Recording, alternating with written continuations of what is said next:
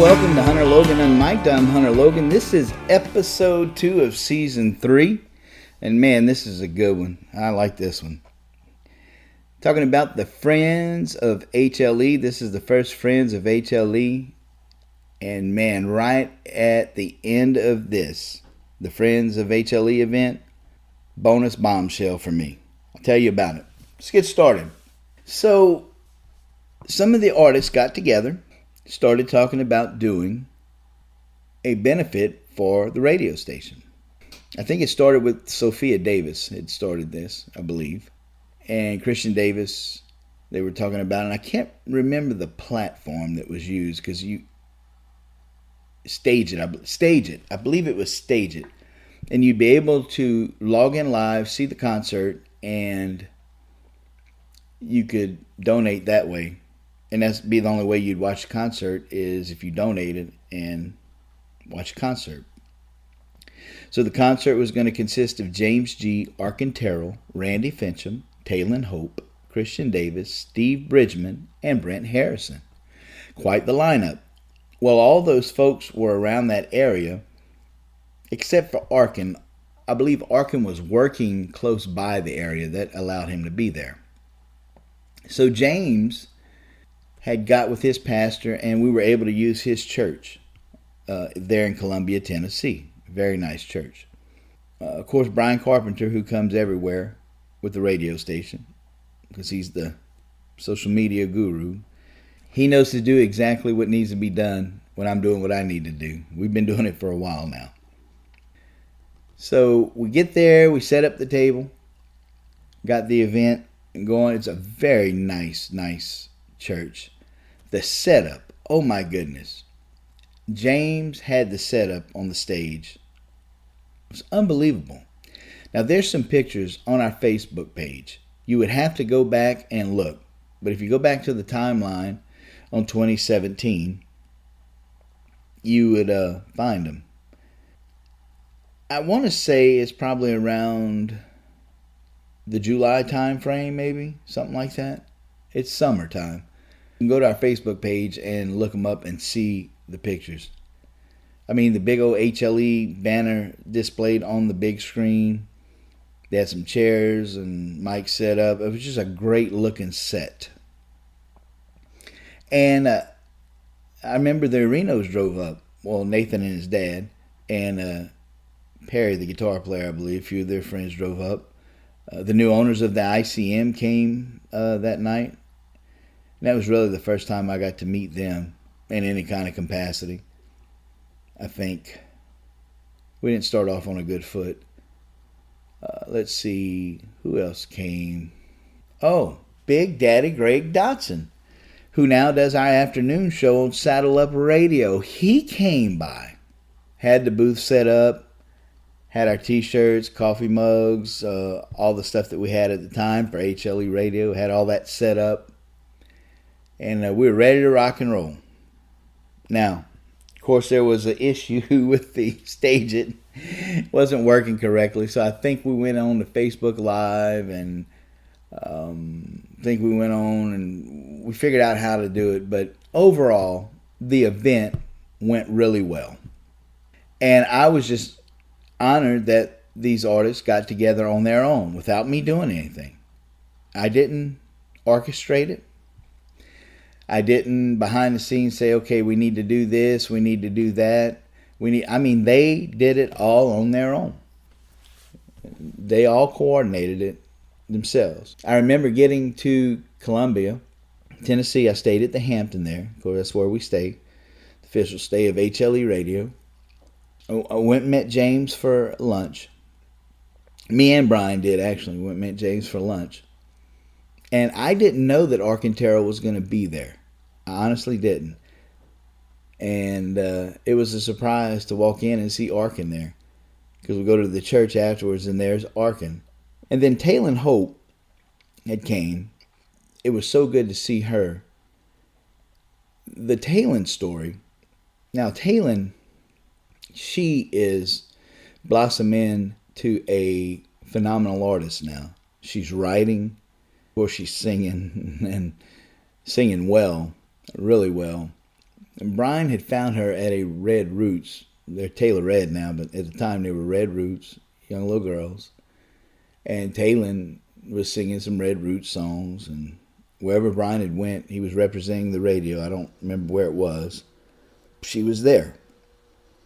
And I guess Brian took a liking to her or something, or they had a little CD out or some songs and gave it to the radio station. But it wasn't quite good enough to play on the radio at the time.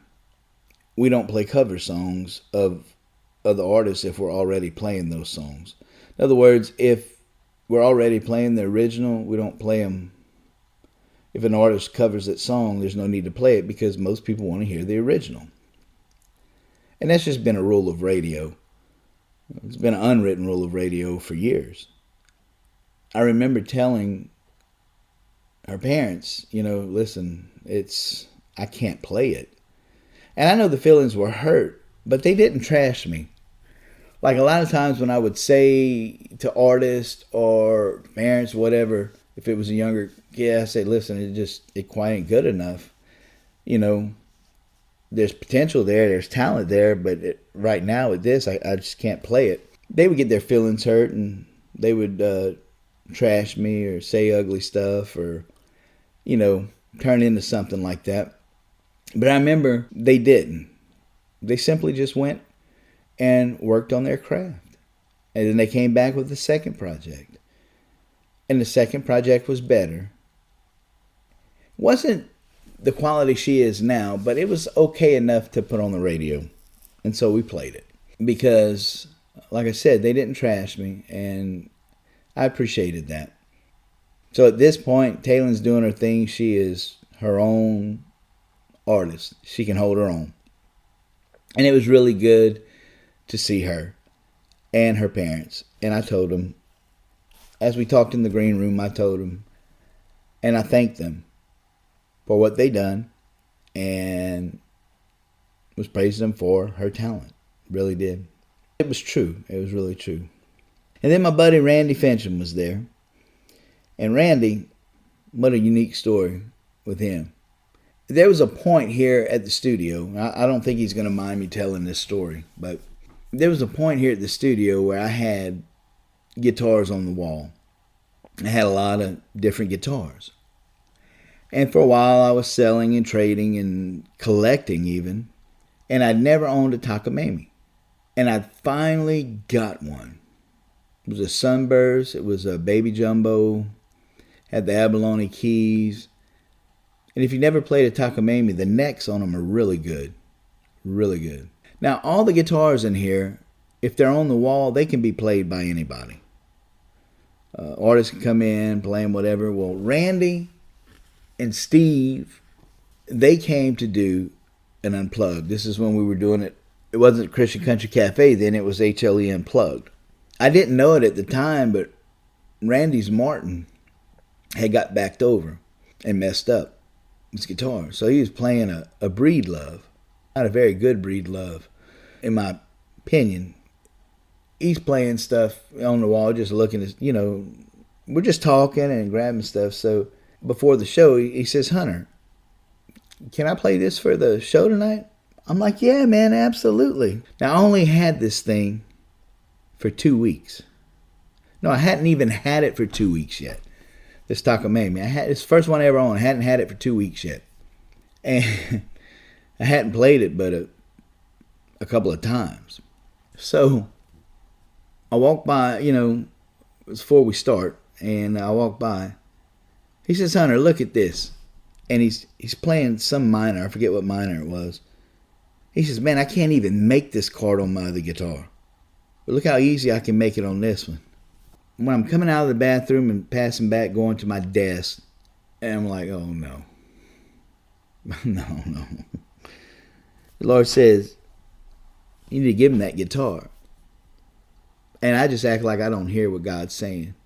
I ignore it. I just ignore it. Again, I hear God say, you need to give him that guitar. And I'm like, but I ain't had that thing but 2 weeks. And then the Lord reminded me of what I said 2 days ago on the air, on the morning show.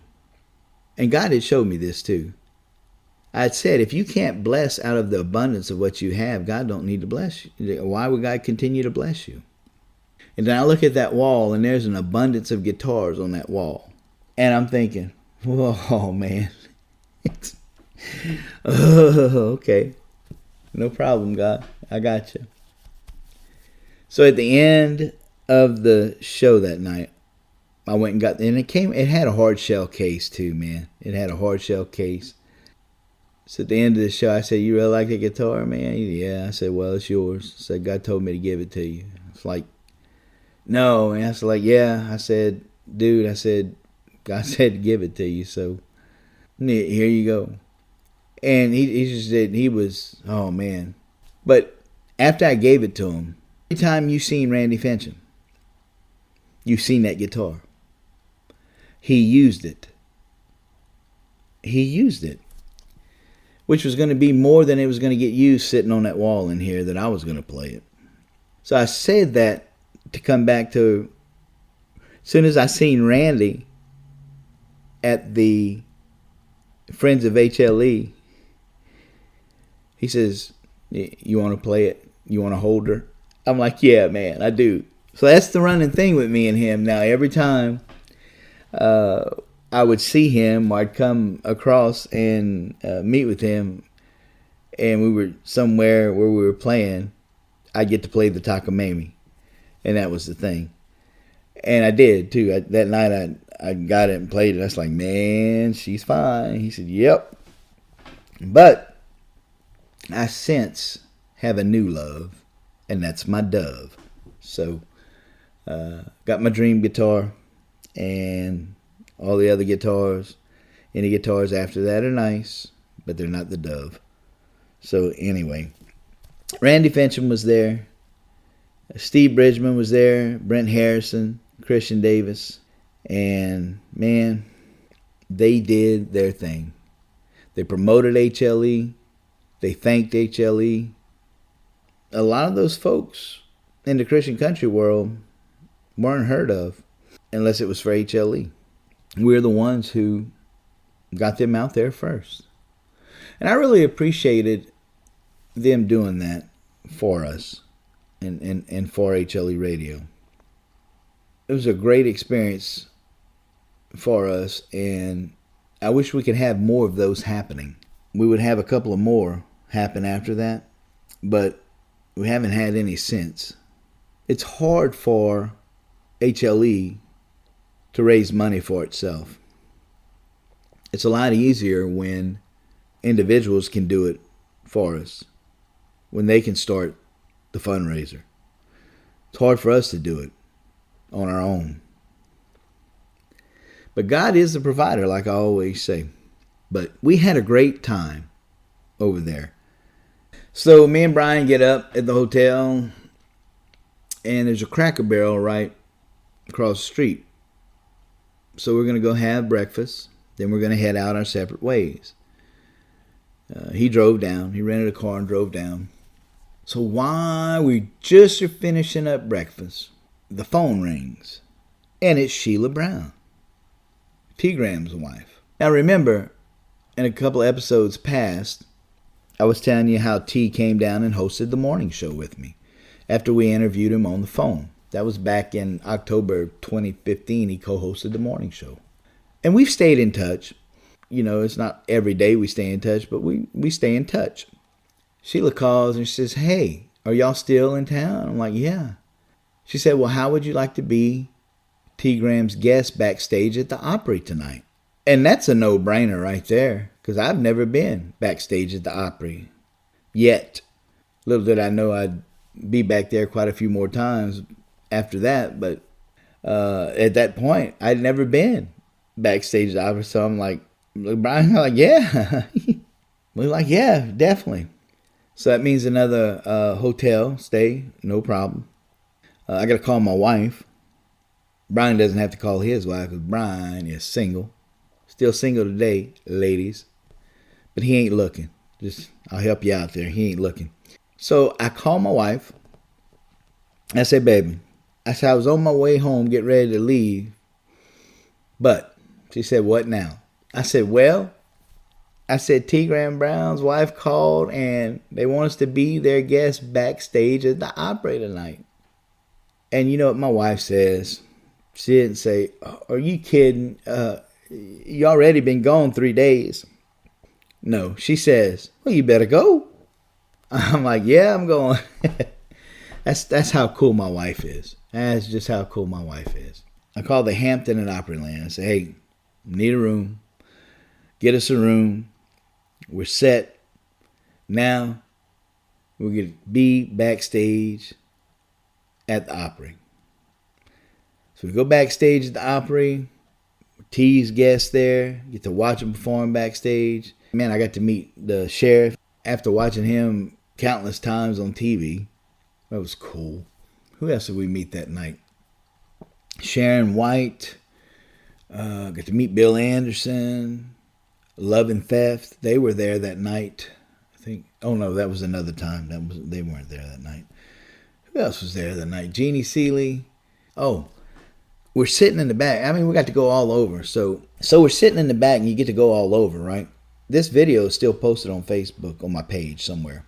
So I'm sitting there looking, and I look behind me, and this beautiful blonde smiling at me, and I'm like, man, I know her. It's Kelly Pickler. And by the time I realized who she was, she's gone. She was with her husband. I was going to get a picture with her, but I didn't. And she was there. I'm trying to think who else was there that night. There was a couple of other ones there that night too that we had met. It was just a great night. It was cool. It was cool to be backstage. It was cool to see all the stuff, all the dressing rooms, the history of it. And we just got to hang out, man. It was just really cool. And T and Sheila were just so gracious. So gracious. It was just a great blessing on top of the Friends of HLE to have that happen with another friend of mine, T. Graham Brown. So that was a great 4 days in Nashville, I'll tell you. Never going to forget that one. Friends of HLE. And I got to include old T. Graham Brown in that part of it too. Although he wasn't there that night, he was at the Opry. So got us backstage as his personal guest. That's a night I'm always going to remember. As well as the Friends of HLE. Because that was the very first Friends of HLE that was done. With James G. Arcantero, Randy Fincham, Taylor Hope, Christian Davis, Steve Bridgman, and Brent Harrison. Very grateful to those folks. And there'll be some more. We'll tell you about those coming up. Well, that's going to be all for this time. Thanks for tuning in. Hey, do me a favor. Tell somebody about this podcast, as I could use some more subscribers or some more downloaders, whatever they're called. I don't even know. I'm still new at this. But check out HLE Radio, Saddle Up Radio. I'm still live on the morning show, 7 a.m. I got a lot of guests coming up this month. I got Alec Klein. This dude was attacked by the Me Too movement. Look him up, Alec Klein. It's a great story. Got Brad and Gina Davis coming in to co-host the morning show. Brent Harrison's going to be in to co-host the morning show. Mary James coming in to co-host the morning show. Come check it out. Hey, if you got any questions or comments for me, hit me up, hunter@hleradio.com, or catch me on Facebook or Twitter. Hey, I appreciate you. I love you. Remember, Duke 28-2.